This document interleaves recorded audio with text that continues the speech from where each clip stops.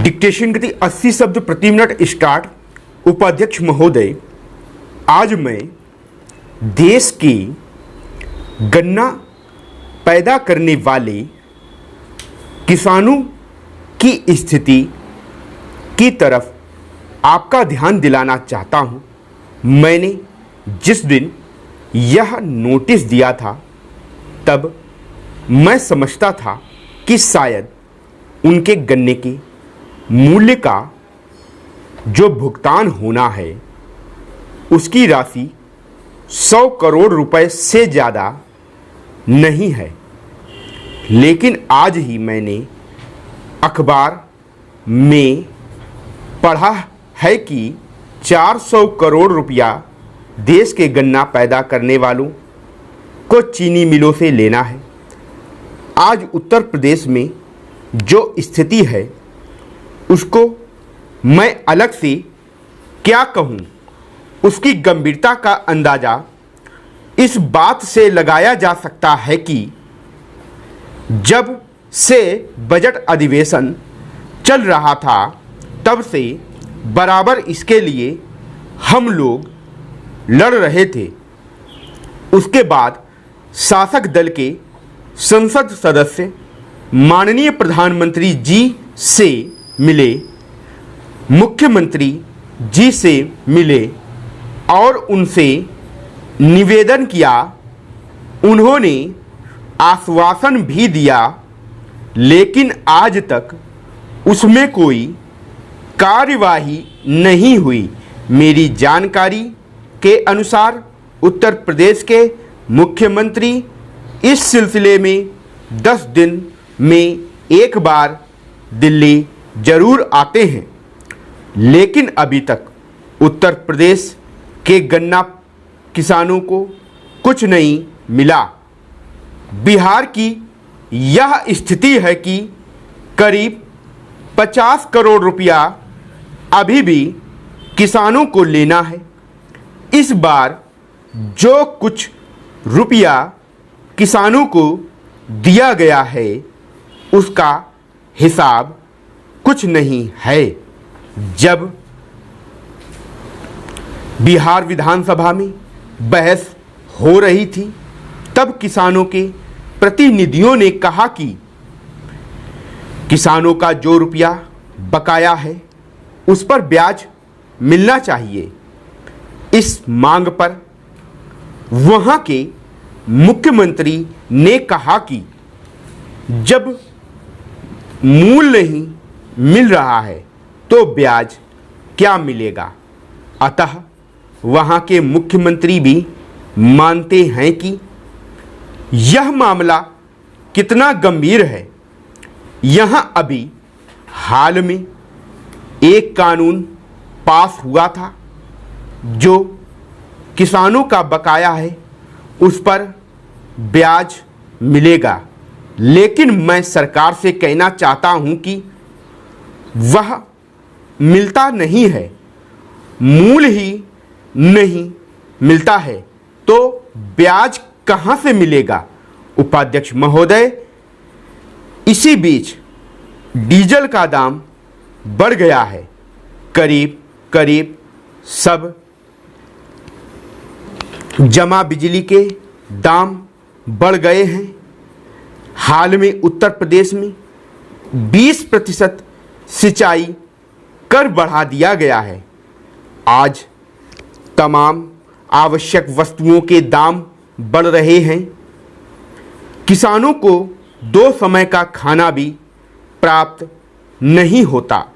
गरीबी के कारण वे अच्छी बीज और अच्छी खाद भी नहीं खरीद सकते हैं। अतः हम कैसे उम्मीद कर सकते हैं कि किसान अच्छी फसल उत्पादन करे यदि सरकार उन्हें अच्छा बीज, अच्छा खाद मुहैया कराएगी तो वे निश्चित रूप से अच्छी फसल के लिए ध्यान देंगे। उपाध्यक्ष महोदय, बजट पर जो चर्चा चल रही है उसमें भाग लेते हुए मैं भी अपने विचार सदन के सामने प्रस्तुत करना चाहता हूँ। इस पर विचार करते समय दो स्थितियों को हमें दृष्टि में रखना होगा। एक दृष्टि यह है कि किस हालत में हमारा देश गुजर रहा है और उसमें हमें क्या करना है। दूसरी दृष्टि यह है कि भविष्य में हम देश को किस दिशा में ले जाना चाहते हैं। जब तक इन दोनों दृष्टिकोणों को सामने रखते हुए इस बजट को नहीं देखेंगे तब तक हम यह निर्णय नहीं कर पाएंगे कि यह जो बजट हमारे सामने रखा गया है वह देश की दृष्टि से अच्छा बजट है या नहीं। जब मैं इस समय की हालत को देखता हूँ तो मेरे सामने देश की संकटकालीन स्थिति आ जाती है। चीन और अब पाकिस्तान की तरफ से हमको बड़ा खतरा है।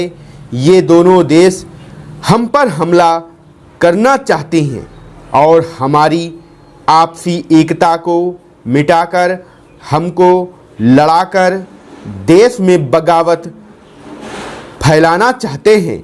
इसके साथ ही साथ जब मैं पिछले बजट को सामने रखता हूँ तो मुझे यह कहना पड़ता है कि आज का बजट चाहे जिस हालत में भी रखा गया हो बहुत सुंदर बजट है।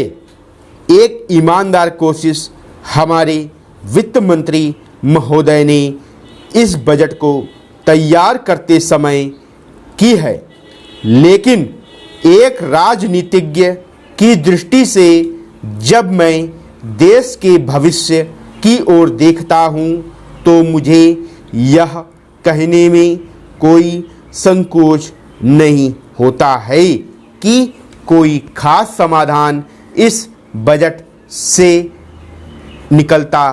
मैं जिस पार्टी से संबंध रखता हूँ और उनके जो उद्देश्य हैं उनको सामने रखते हुए मैं यह कह सकता हूँ कि हमारे सामने जो आदर्श हैं वे सब आज ही पूरे नहीं हो सकते।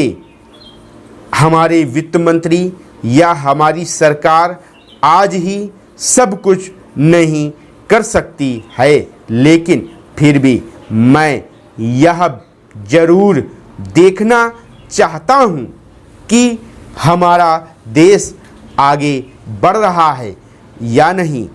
जिस दिशा में हम आगे नहीं बढ़ रहे हैं उसे देखकर मुझे निराशा अवश्य होती है। जो प्रस्ताव कांग्रेस अधिवेशन में पास हुआ उसके मूलभूत विचार मैं आपके सामने रखना चाहता हूँ।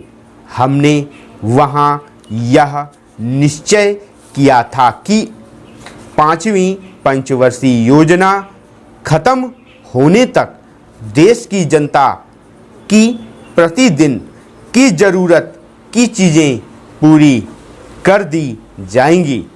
इस दिशा में हमारी कोशिश जारी है।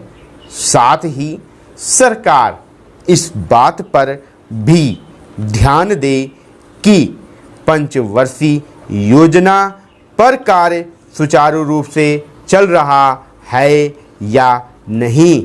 हमने वहाँ यह निश्चय किया था कि 5वीं पंचवर्षीय योजना खत्म होने तक देश की जनता की प्रतिदिन की ज़रूरत की चीज़ें पूरी कर दी जाएंगी।